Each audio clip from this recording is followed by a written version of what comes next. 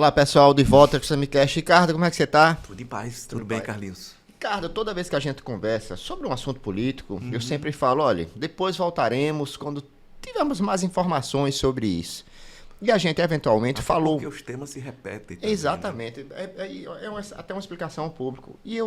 Entre os temas, a gente sempre falou de um tal acordão que podia existir, que boa parte da classe política alagoana tivesse contemplado nesse acordão. Boa parte, eu digo, porque nem sempre você vai conseguir contemplar 100%. Os principais nomes, né, que tivessem contemplado. Você hoje já começou, hoje, dia da gravação, começou a colocar aqui e ali no seu blog algumas informações sobre isso, mas eu sei que você tem informações novas sobre o que eu estou classificando como acordão, como você também que falou. Eu queria que você dividisse isso com o seu público, Ricardo. Vamos lá. Em primeiro lugar, eu tenho de reconhecer que eu resisti muito a essa possibilidade. Você há de lembrar que algumas vezes aqui mesmo, né, no CMCast, eu manifestei profunda desconfiança de que isso estivesse em curso, achando, e disse isso, manifestando, que seria mais uma jogada política para queimar, por exemplo, o JHC com prefeitos do interior. Ele estava tentando, né, agregar prefeitos do interior que não iria para uma candidatura que não existiria. Lógico. E também com o público dele. Ele tem um eleitorado muito grande, um eleitorado de rede social. Eu não sei até que ponto existe lealdade, né, nessa relação dele com o eleitorado, né, o JHC do povo, né? Mas o fato é que eu resisti muito a isso. Só que eu venho recebendo informações ao longo das últimas semanas muito precisas sobre o que vinha acontecendo lá em Brasília. Até que, nesses últimos dias, eu recebi algumas ligações, inclusive de Brasília, de envolvidos diretamente no processo, envolvidos no plural, que contaram exatamente a mesma história, mesmo sendo de grupos distintos, de que o acordo, de fato, existe neste momento. E por que eu digo nesse momento? Porque em política tudo pode se desmanchar muito facilmente, né? Como espuma ao vento, como gosta de dizer o Carlinhos. Mas fato concreto e objetivo, existe hoje sim o acordo. É também, e eu vou dizer também porque não é só isso, por conta da nomeação da doutora Marluce Caldas, procuradora do Ministério Público Estadual, para o STJ. Uma decisão que está na mesa do presidente da República há praticamente 9 meses. Vai fazer 9 meses. Mas, enfim, que está definido que será ela, pelo menos, é o consenso geral, tá certo? Então, não seria só isso. O que seria mais? Veja só, eu escrevi num texto sobre o acordão, e eu chamei dessa forma de acordão, que JHC teme enfrentar Renan Filho, porque ter uma derrota, ele saindo para disputar o governo do Estado e tendo uma derrota, é uma derrota e 2 anos sem mandato. Então a força dele se perderia muito no meio do caminho. Da mesma forma, Renan Filho teme, e sempre temeu, enfrentar JHC nas urnas. Eu sei que há algumas pesquisas, do Paraná Pesquisa, tá certo, que colocariam JHC como favorito nessa disputa. Mas isso é muito relativo.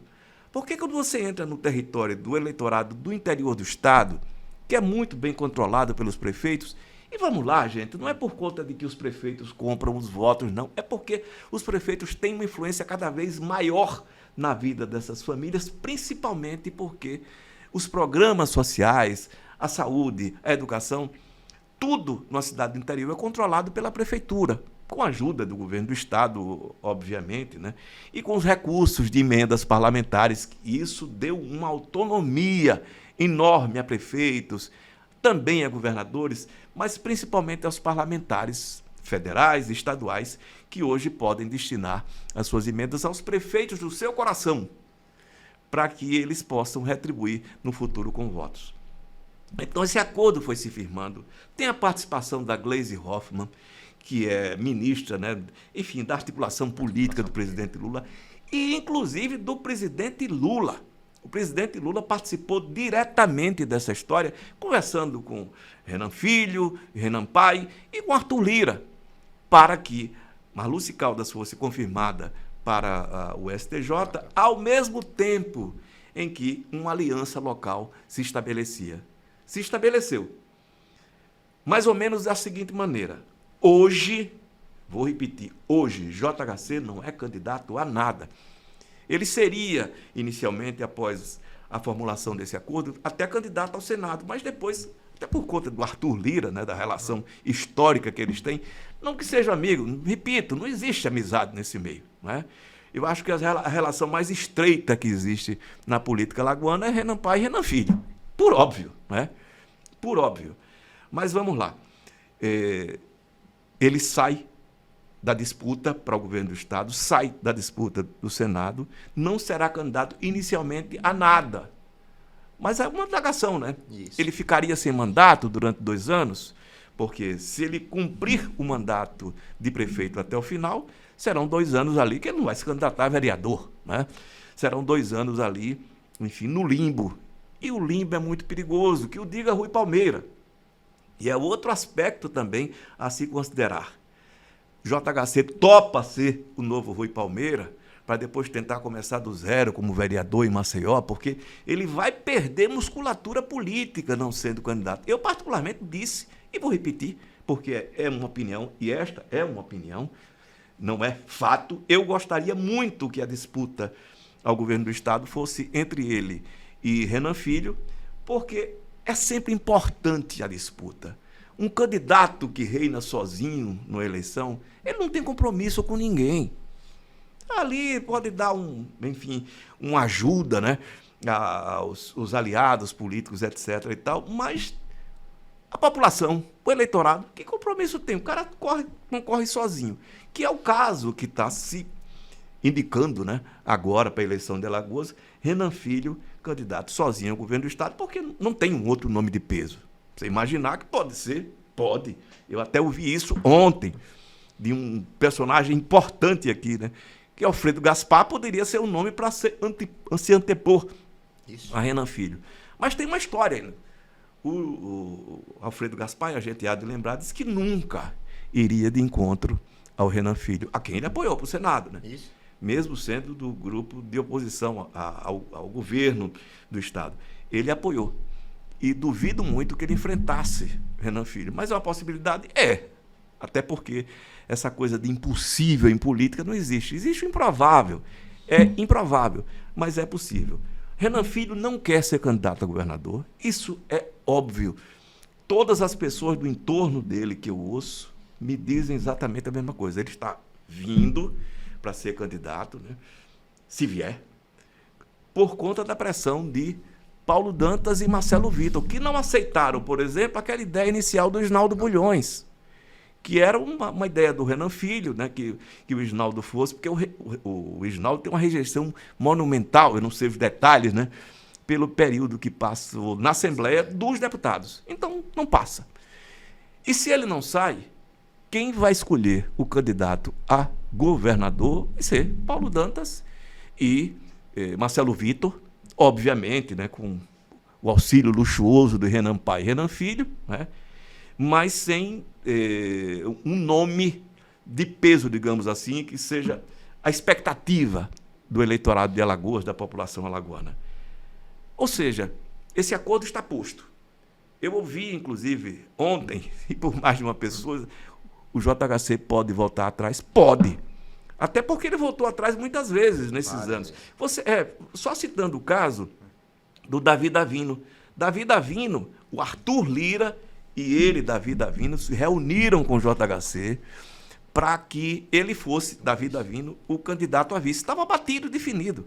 Eu conversei algumas vezes com o Davi Davino, ele disse, não, o nome definido foi definido na reunião e eu serei o candidato a vice. Me disse isso sem restrição nenhuma, sem nenhuma limitação de fala.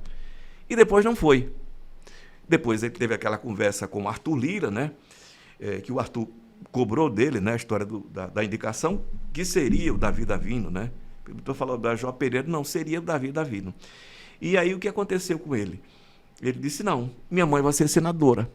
Aí colocou o Rodrigo Cunha para ser o vice dele. É o Rodrigo que, nessa história, se o JHC não for candidato a nada, é um dos grandes perdedores. Pela simples razão de que ele vai ficar 4 anos na prefeitura de Maceió.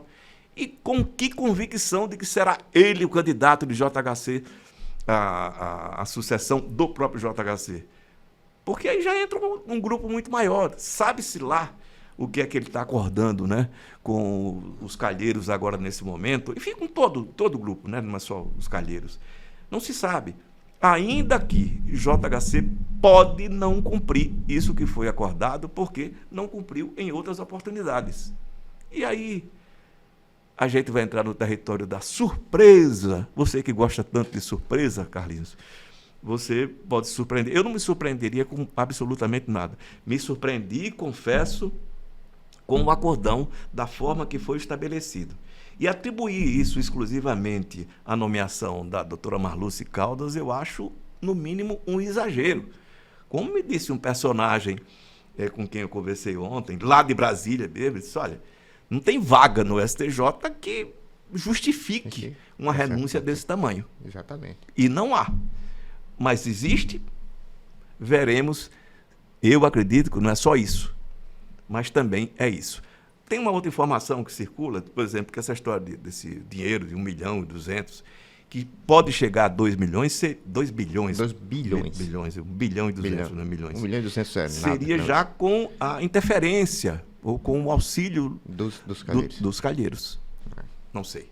Veremos, esperamos para ver.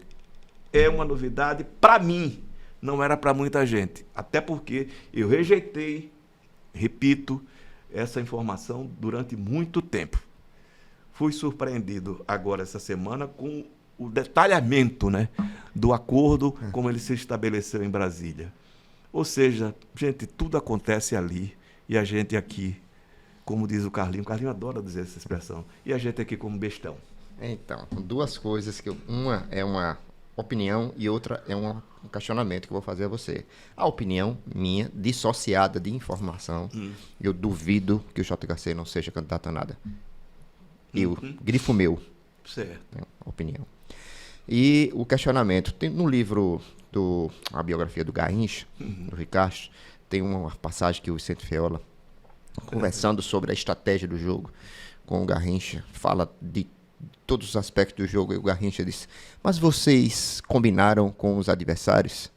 Né? Com os russos, né? Então, combinaram com os russos. Como é que fica o povo alagoano? O acordão está sendo feito em Brasília, em Santana do Ipanema, onde quer que está na Assembleia Legislativa. Mas e a população? Ela vai aceitar o acordo, Ricardo? Carlinhos, o detalhe é que existe um monumental vazio, né?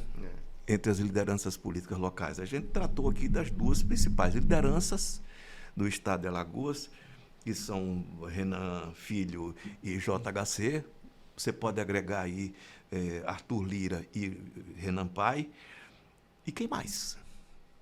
A possibilidade, repito, do Alfredo Gaspar, que tem esse impeditivo, me parece, para ele, né, moral, né, de não enfrentar, ou de honra, como você queira, o Renan Filho.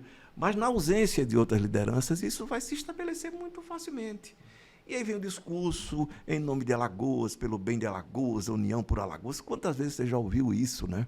União por Alagoas. Enfim, eu lembro que Divaldo Suragi, né, que era o grande adversário, né, da esquerda alagoana, virou o grande candidato da esquerda na última eleição dele ao governo do Estado, que foi uma administração desastrosa. E diga-se passagem, é um registro que eu faço sempre. Divaldo Suragi não morreu rico. Não morreu rico. Divaldo Suragi tinha uma vida razoável, né, de classe média, mas não enriqueceu com a política. Hoje o cara com 6 meses de mandato para qualquer coisa, o cara vira milionário. São finanças que só um economista, o Carlinhos é economista, pode explicar. Pois é, cara, para além do acordo moral que o Alfredo tem, deixar de ser deputado nesse momento é muito penoso para o político. Deve ser. Você disse bem, porque a responsabilidade é muito menor e o cara tem uma grana, né, todo ano, que não para ele, tá? Não dizer que o cara vai botar no bolso. mas para alimentar o eleitorado dele, um mandato, 2 mandatos, 3 mandatos. É uma delícia. Essa história das emendas impositivas, até aqui em Maceió, né? Tem sido a grande descoberta, o caminho do sucesso político. Nem Maquiavel conseguiu prever isso. Pois é. Então vamos lá para a dica cultural, Ricardo. A minha dica cultural é o seguinte: eu tenho muita cautela em classificar um filme como um clássico. Porque tudo hoje é um clássico. Se tudo é um clássico, nada é um clássico, né? Mas esse filme, que estava longe dos streams, eu classifico ele, apesar de ser um filme novo, de 2003. 2003 é um filme novo, né? Eu considero ele um clássico porque ele tem todos os elementos de um clássico. Chama Adeus Lenin. E finalmente, Adeus Lenin chegou ao stream. Está no Prime. Eu já vi aquilo umas 3 ou 4 vezes. Em Rio, do mesmo jeito. É maravilhoso, é um filme alemão. Muito. Né? O diretor, inclusive, só fez 2 filmes. Morreu agora em dezembro do ano passado. Né? Qual outro filme desse? O William Peterson. É um filme alemão, desconhecido, inclusive. Mas o Adeus Lenin é o legado da vida dele. Né? É uma senhora comunista ferrenha que sofre um infarto e quando acorda já está todo aquele processo de queda do muro, e o neto dela, para proteger ela, cria uma bolha. Bom demais. Né? Uma bolha, uma semiótica ali, completamente, né, explicada no filme, fantástica, e ele tenta proteger ela das novidades. Nós compramos a Coca-Cola. Coca-Cola, tem várias sacadas impressionantes no filme. O final é maravilhoso também, apesar de trágico, né? Maravilhoso, né? O filme é maravilhoso, é sensacional, e agora está no Prime, disponível a todos. Adeus Lenin, o filme de 2003, eu considero um clássico moderno, entendeu? Claro. Eu considero um filme que não envelheceu, e é o que eu espero que todos vejam, né? Porque ele também tem uma crítica ao consumismo, tem uma crítica à pós-modernidade, é um filme maravilhoso. Eu gostei muito. Eu assisti a primeira vez aquele filme no cinema. Eu ria tanto, eu assisti com minha mulher, eu ria, ela ria também, né? Mas tá rindo tanto, porque era uma coisa assim, para mim era risada escandalosa, porque é tudo muito factível, né? Verossímil, né? E inteligente, né? Eu lembro quando eu saí do cinema, foi sessão de arte, né? Ali no Iguatemi, né? Hoje não é mais Iguatemi, eu só chamo Iguatemi. E eu saindo ali do cinema, e aí encontrei alguns companheiros de militância, que eu fui militante do PCdoB, isso já é público notório, já disse.